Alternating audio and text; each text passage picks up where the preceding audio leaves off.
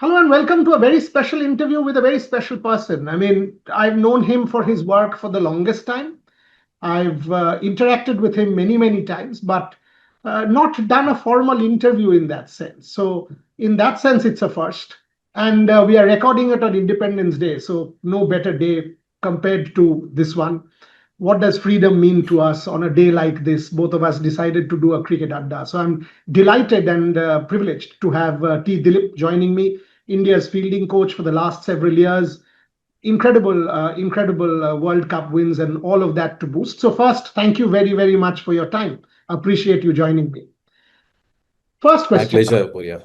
Thank you very much. First question, when you look back at your tenure, I would say the one thing that kind of stands out for me is you were able to give fielding the recognition that perhaps it did not have. That, yes, we had great fielders, but batting, bowling would always be kind of ranked higher. Fielding as a specialized thing, as important, celebration, that perhaps is a legacy of yours. Can you comment on that? Honestly, Boria, if you ask me whether it's all about legacy, biggest one, I'm not sure about. I can't comment on that, but it's up to the players and the cricketing world to judge. I think what makes it gives me immense satisfaction is fielding got a lot of recognition, as you said. Mhm. When it comes to batting or bowling, you see we celebrate through runs, wickets, scorecard, even the highlight package you see. But when it comes to fielding, most of the time it's a catches, runouts get visible, but very small contributions which go unnoticed. That 1% factors we always call about. And what I wanted to do is recognize those 1% factors like intensity, energy, or a person diving on the boundary line and the last over of the game trying to save that one run apart from the special catches which happened. And I think that fielding medal did contribute a lot towards it because the conversation started among the players and support. And if I have to look back at my journey, I would be pretty happy that fielding got the respect and recognition, and I'll always be grateful for that. So this medal, you've never claimed credit, and I know it's not in your habit to claim credit. But tell me the story. How did this happen? How did the idea come? Where? Give me the backstory. How did you manage to sort of go about this? Because it became a kind of highlight. All of us used to look forward to that video. कि BCCI डालेगा यार देखना है आज कौन जीत रहा है क्या हो रहा है कौन क्या बोल रहा है. It became a matter of great pride. So tell me that story. Honestly, if I have to go back in 2022 Asia Cup, Sri Lanka, yes. So we had back-to-back games. I think one of the game we were pretty below par according to our fielding own standards. In 2 days after, same ground, same players, little different opposition, we were absolutely gone on the field. And I am someone who strongly and believe that every game I analyze and review the performances. And that little inconsistency had got that thought in my mind. And I always wanted to create something where players look forward in fielding and get back that energy into the dressing room. And the whole purpose, original purpose when we started this fielding medal was to recognize that small contributions which can impact and be useful for the team. Even if you have seen the fielding medal, the way we presented to different people, it was the same. But I think I was surprised to see it became a big phenomenon where it was just started as a small initiative in the dressing room. I think it real credit goes to the players because their commitment, their humor, basically you must have seen they enjoyed everything. Yeah, yeah, And yeah. I think the respect they gave to that medal created its own identity. I think I Beautiful story. and I have to be really grateful to Rahul, Dravid, Rohit Sharma. When they heard my initiative, I think hats off to them. They gave me all the freedom and support to take it forward. क्या And क्या क्या ये थोड़ा सा बताइए ना because I've known Rahul for as a player, right? I mean that generation is my generation. Sachin and Saurabh are very close friends. VVS is a very close friend. Rahul I've known for longest time, so I know that Rahul will support an initiative like this. And Rohit is a fantastic guy, one of the best human beings I know. So can you just tell me a little bit more on that? That when you proposed it, because see these are stories that we generally don't get to know in the media. खाली controversy से मुझे कोई मतलब नहीं है दिलीप भाई वो सब छोड़ दीजिए मुझे एक अच्छा स्टोरी चाहिए on Independence Day so tell me a little bit more on this So on one fine day, I was having a chat at a breakfast table and having a coffee with Rohit. I pitched in that idea that Rohit, I'm thinking that we should start something, a medal in the team dressing room. Originally, my pitch in was let us try to do something for batting, bowling, or fielding. That was my original idea pitched in. Rohit thought about it and then he said, I think batting, bowling, we generally see man of the matches awards going. I think we should go ahead with fielding.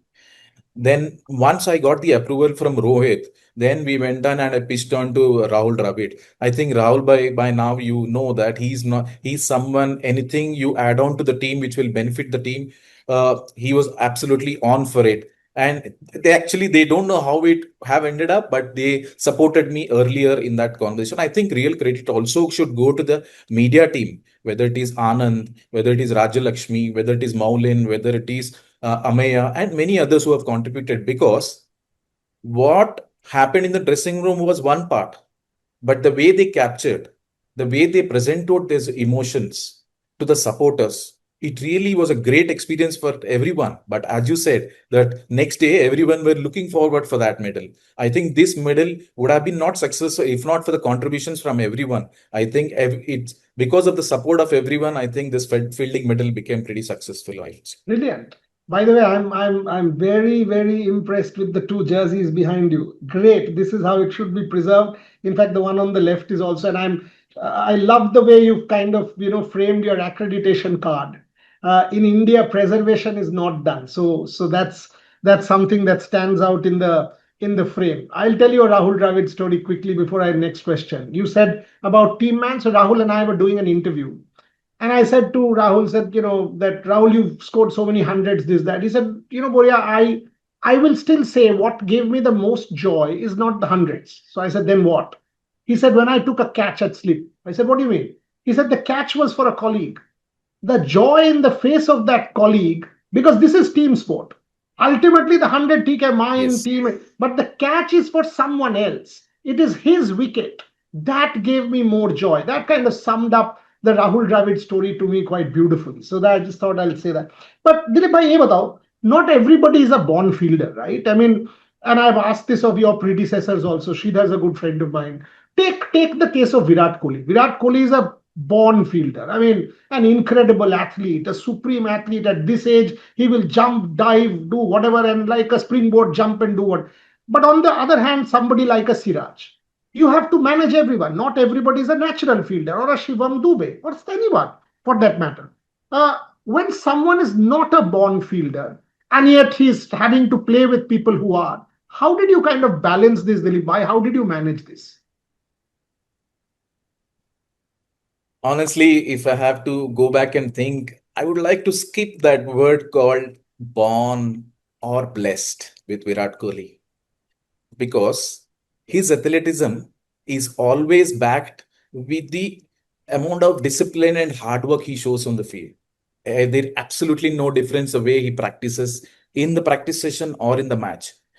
Every practice session, he comes with tremendous amount of intent and the hard work. I have seen him taking those catches not only on the sharp catches, but he would come 5 steps ahead, want those sharp catches coming his way. I think Hmm. sometimes Virat Kohli makes it look so easy that his Correct. work behind the scenes goes unnoticed. I think when I work with a team, uh, different people give different strengths to the team. I think in your own office, if I have to look back, that Correct. many people have different strengths, and it's a job of you as a leader to get everyone what's best in each individual. Likewise, as a coach, I have my job as a coach is to take the best of each individual and see where I can use for the best interest of the team. And just because they don't not stand on a non-conventional hotspots doesn't mean that they are poor fielders. Mhm. If I have to look back Siraj, every time I see Raj, the commitment, Oh, the intensity, the willingness to do for the team is absolute. I think if I have to go back one game, it always sits in my mind. Uh, Sri Lanka, when he took those 6 wickets, he was raring. He bowled that six over when he was raring to bowling heart out, taking that wicket. Sixth over, he bowled one ball and batsman hit an on drive. There was no mid on. Everybody were in slips. He literally ran ran. all over the boundary line to stop that, to save that one run. That really shows what Siraj is, because he's been brilliant in his primary skills, but he's bought into that team's intensity, what was required. I think for me, as a fielding coach, I never wanted anybody to be like Virat Kohli, but I wanted everyone to be best version of themselves. Superb. Superb. I mean, and Siraj, I only have good things for, because last year after the England series, I was chatting with him. By the way, he presented me his jersey, signed it and presented me his jersey. And we are very, very close, because when he was down during that Melbourne match after his father's passing away, we are very good, very close. So I told him that, yaar, wo jersey dena. So, and we were chatting, and I said, how did you manage 5 test matches, tired, etc.? He said, abhi bhi 2 test match खेलने बोलिए ना, खेल जाएंगे. I was like, क्या बोल क्या रहे हो? He said, नहीं seriously बोल रहा हूँ, इंडिया के लिए करना तो कर देंगे. I mean, this kind of mentality is rare, is absolutely rare. And what you just said, that's the kind of team kind of thing. But Dilip bhai, ये बताओ, not always will you get it right, right? You had bad days, the team had bad days, we've dropped number of catches. When it kind of happened like that you've dropped catches despite all the practice, how did you deal with that? How did you deal with failure? Because, like, will I write yesterday, for example, I had a very bad day. So, diplomatic issues, visa issues with my people went wrong, some other thing went wrong, this, that. And all of us feel frustration, negativity, down. In sport, you will lose far many more times, as Abhinav and I always say. How did Dilip deal with that when, after all the effort, the team drops many catches, media jumps on you, criticism? How did you deal with that?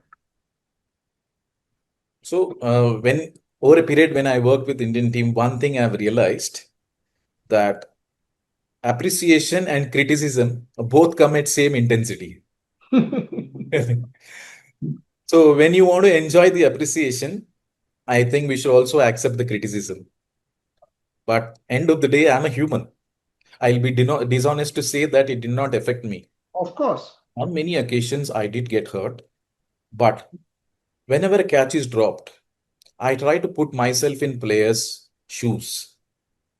If I, as a coach, feels bad sitting outside, how about the player in the middle, millions of people watching?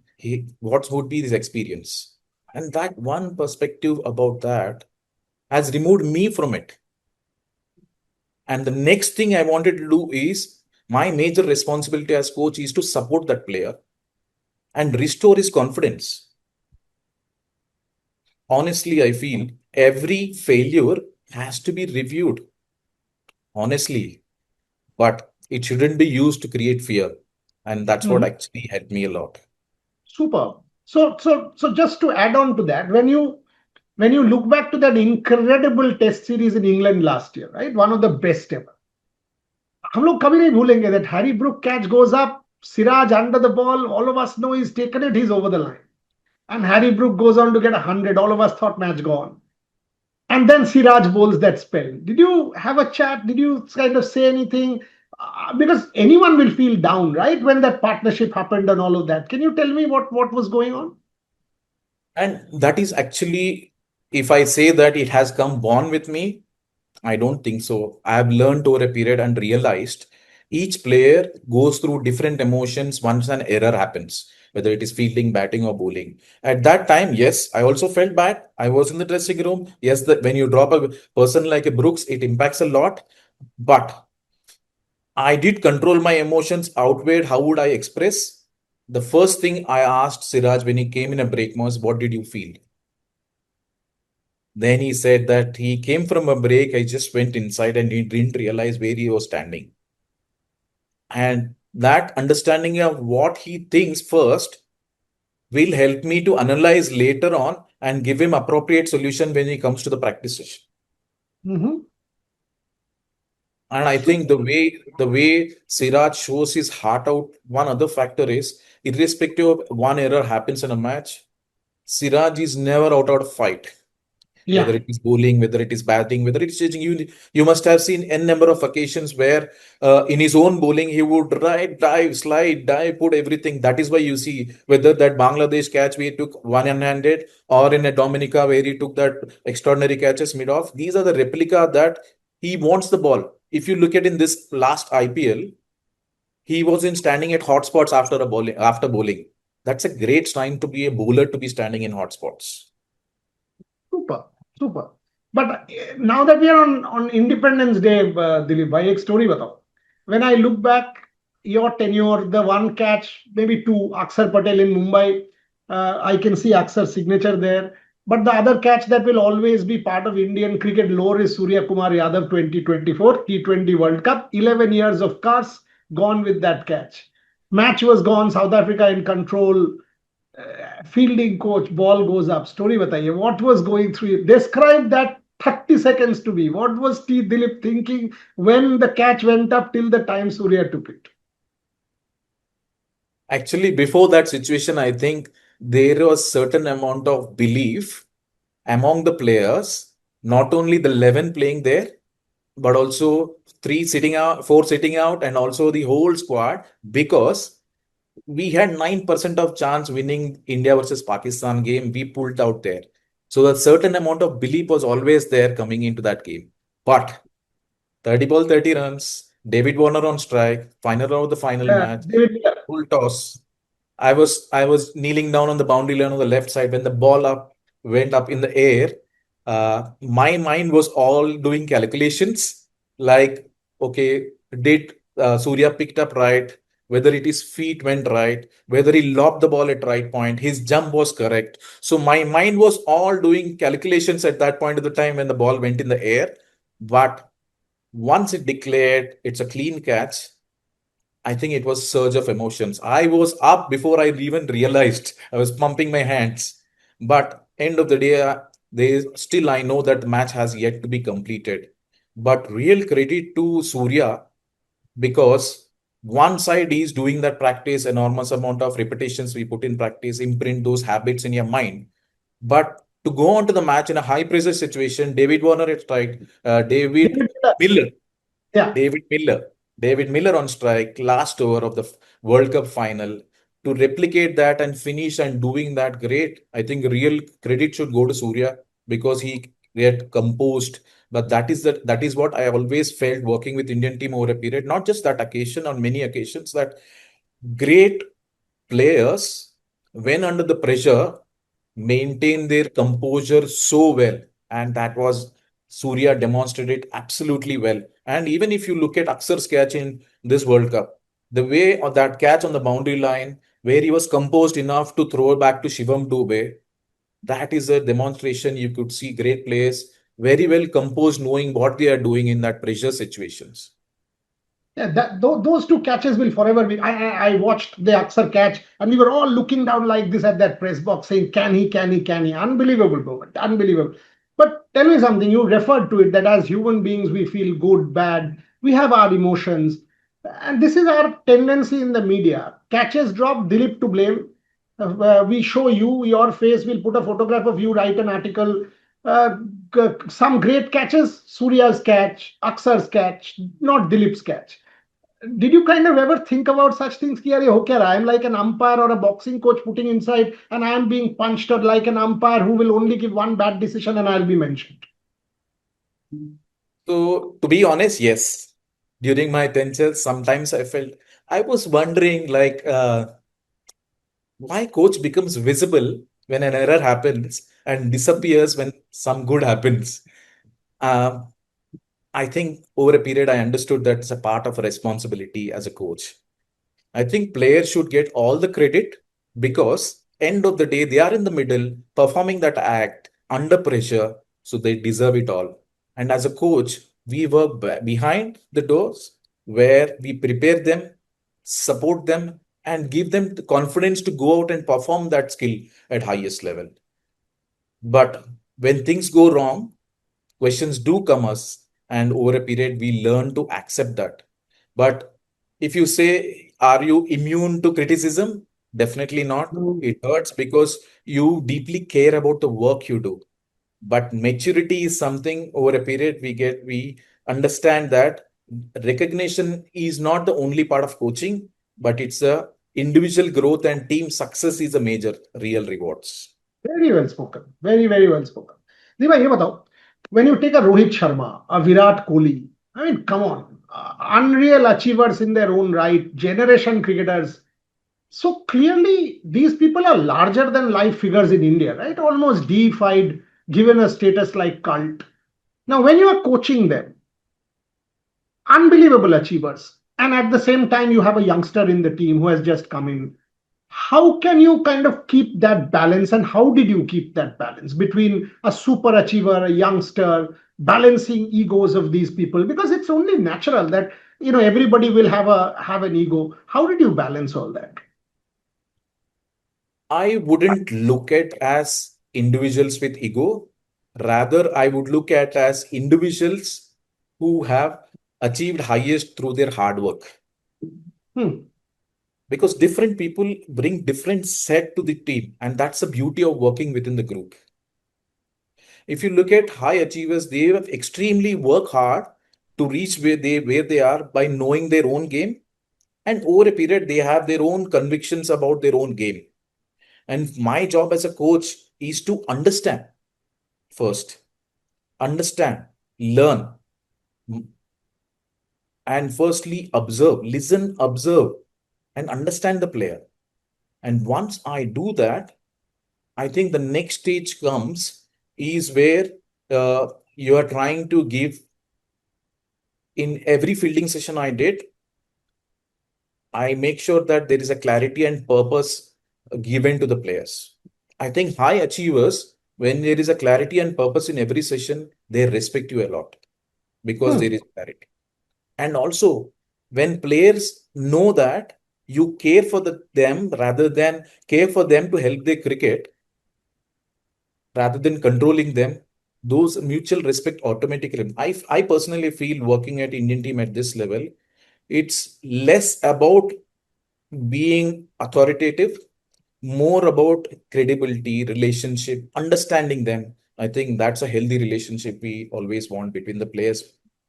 That's actually a question, Dilip bhai. I mean, I've seen you were a friend to many a player. You took them out for coffees, deep talks, and people I've spoken to have great regard for you. How important is to have this separate life beyond cricket, outside the cricket field, where you are a close friend to some of these guys, bonds that you can cherish? How important is this?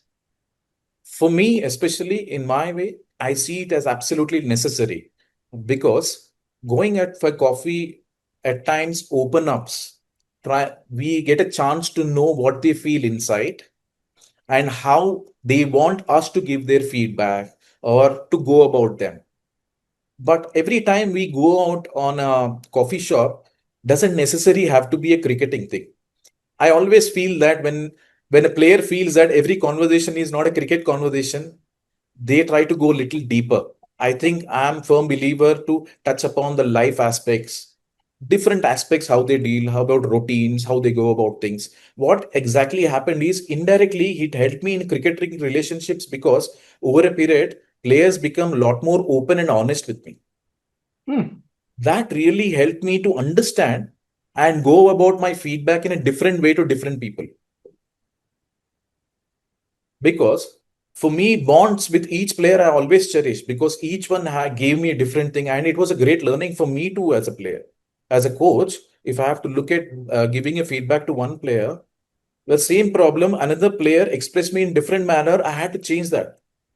That really helped me to connect with those players because end of the day, I feel my prescription or my solution to the player if goes in a manner where he likes. I always believed coaching at international level is not what you say, because with the knowledge, with the experience, we learn what to say, but how to say and when to say does matter a lot. And these kind of coffee conversations really help me to get because a good point told at a wrong time will never get into the mind. I think those things have really helped me. I really can't pull down on one, two persons as a close friends because I share bond with many players. I think it really helped me in my coaching journey with Indian team. Last 7 8 minutes on the show, few questions like, I you mentioned the fielding drills.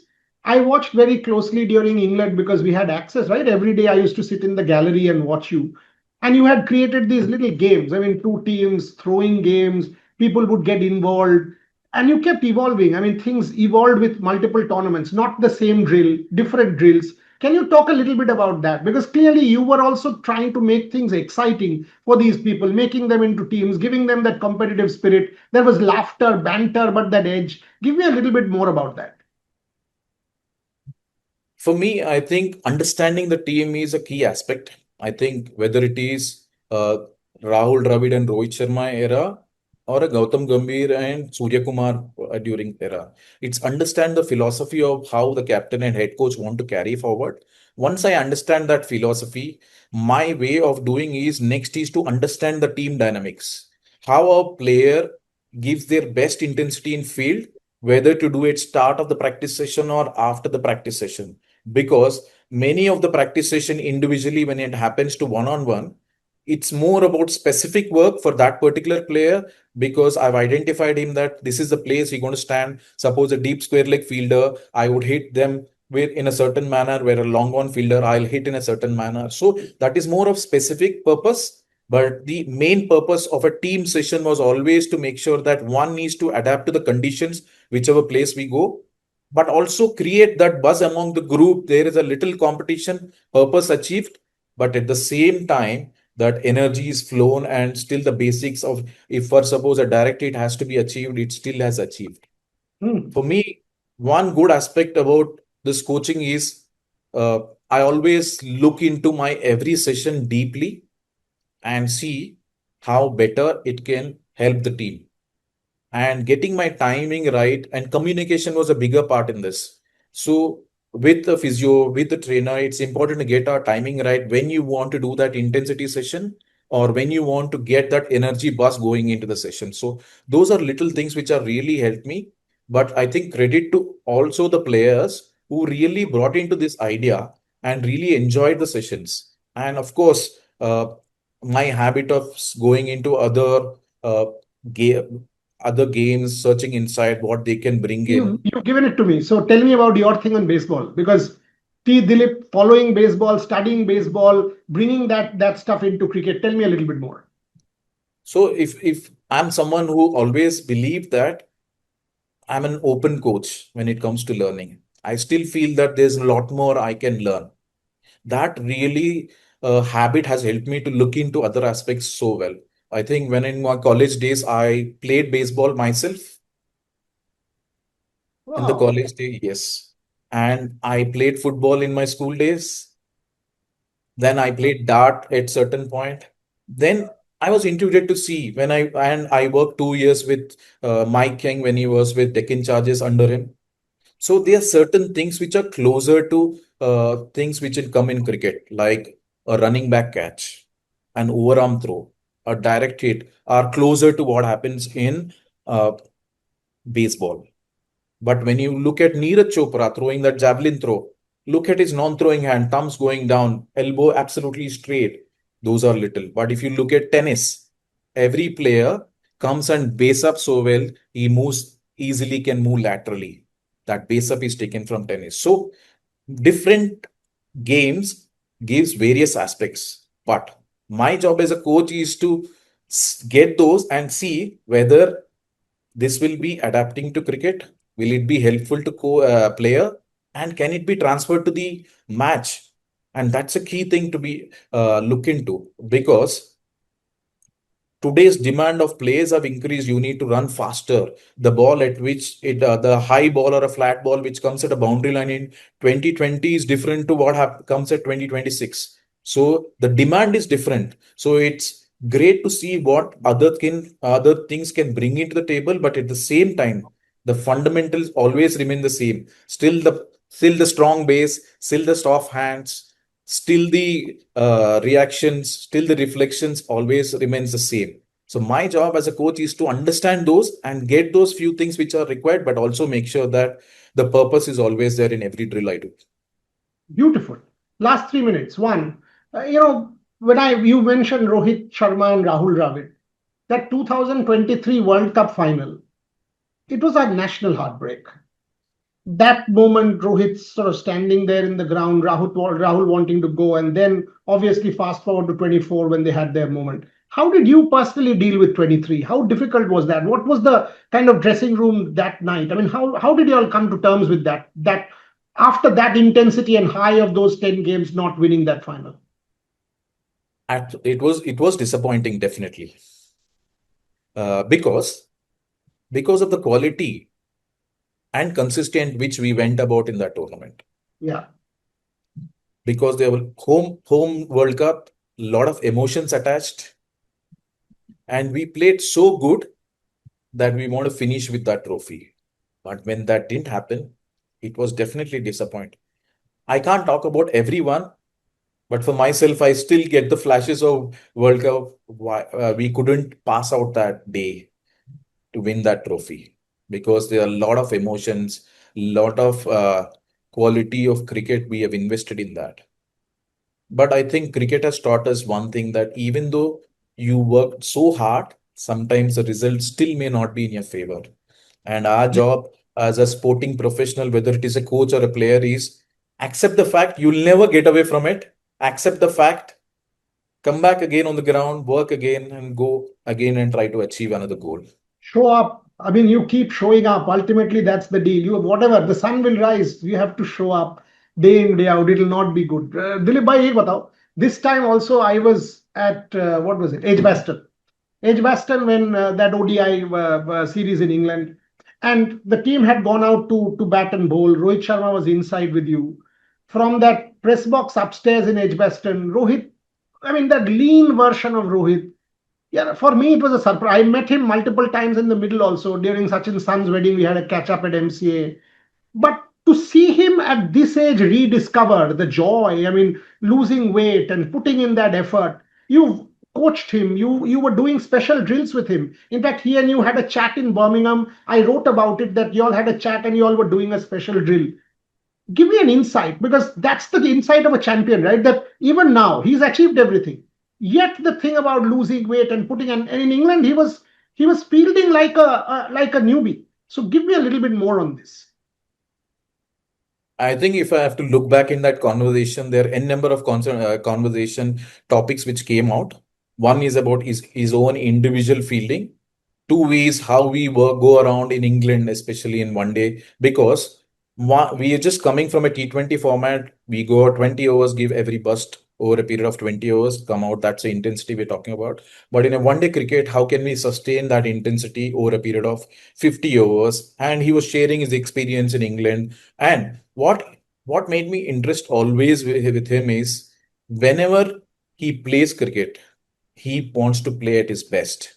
I think that is one of the greatest quality he has, and that is why you see him working out on his fitness and trying to be lean and working out. He understands what are the areas, and I think one thing I learned from him is he's absolutely sure about what he wants and which direction he wants, and that clarity really drives him, whether it is fitness, whether it is fielding, whether it is batting, what he wants to do. But I think that clarity, where he wants and how he wants to go about it, really helps him to give that direction. One is having that clarity, two is going out and doing that. And I think real credit to him to go out and show the boys that today's world, if he has a will to do certain thing, he can definitely do it. Prime example was in Afghanistan series, where he showed how good his still hands are at slips, where he took those catches. Mhm.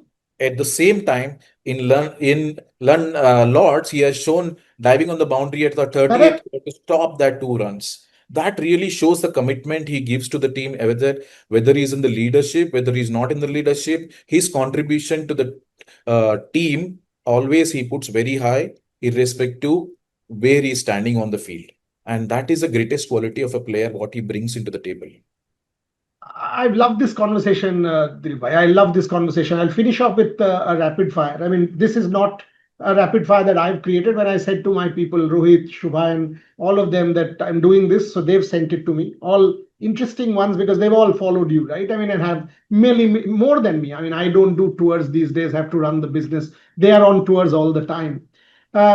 Best set of hands in the Indian setup, according to you? Quite a few people, because there was a generation which was different when I started it was Pujara, Ajinkya, Virat and Rohit. But if you see the present generation, it is Devdutt Padikkal, Sai Sudarshan, Shubman Gill, KL Rahul and Dhruv Jurel taking up, because different generations gave me different hands to me, I would say. Most underrated fielder in the squad? I would say not mention one, but I think over a period of 5 years, which I'm proudly, I can say that is the way bowlers have evolved, whether it is fast bowlers or spinners, the way they evolved overall fielding for themselves, I think definitely they are plus 20% of what they were 5 years back. Nice. Your all-time favorite fielding moment you witnessed live, of which you were a part? I think one is having a great fielding, but I think fielding would always derive winning tournaments. I think Surya's catch would always stood out, but nothing to take away the exemplary athleticism shown by Axar Patel and Ishan Kishan in those finals of last. Okay. Best moment of a medal ceremony that will always be with Dilip. I think first one when we did with Virat Kohli inside the dressing room, I myself gave, but the amount of response it got, it really charged us to really get the environment very lively, and the first will always be in my heart. What's next for Dilip? Now I think I'm just sinking it all, and when I look back, I think I'm quite happy and satisfied that I could contribute to Indian team's journey and recognition it got for fielding this. So the journey definitely continues, but I'm not yet decided on what I want to do. I'll end there. I had said 30 minutes, we've gone a few minutes more, but it's been an absolutely wonderful conversation. The best part about is, maybe you did not win every day, but you showed up. You showed up with intensity, you showed up with passion. Whatever little I've watched, I've been in England last year all through, I've watched this year. I've seen you turn up day in, day out, first one on the field, getting things ready, move things. That's what matters. And obviously, you're a double World Cup winning part. So 0.001% of the country will say for them the national flag went up. Dilip, you're part of that setup. Very, very proud. Well done. Well done. Get some family time, unwind, and keep contributing to the sport. Always there to support you in any way we can. Thank you very much for your time. Thank you so much. Thank you very much. Thank you. For India's best multi-sports coverage, your platform is one, and that's Revsportz. So like, share, subscribe, and ring that notification bell. I think by now you know that we will be everywhere in different parts of the world and bring you on-ground reportage. As I said, your best multi-sports coverage on Revsportz, your favorite destination.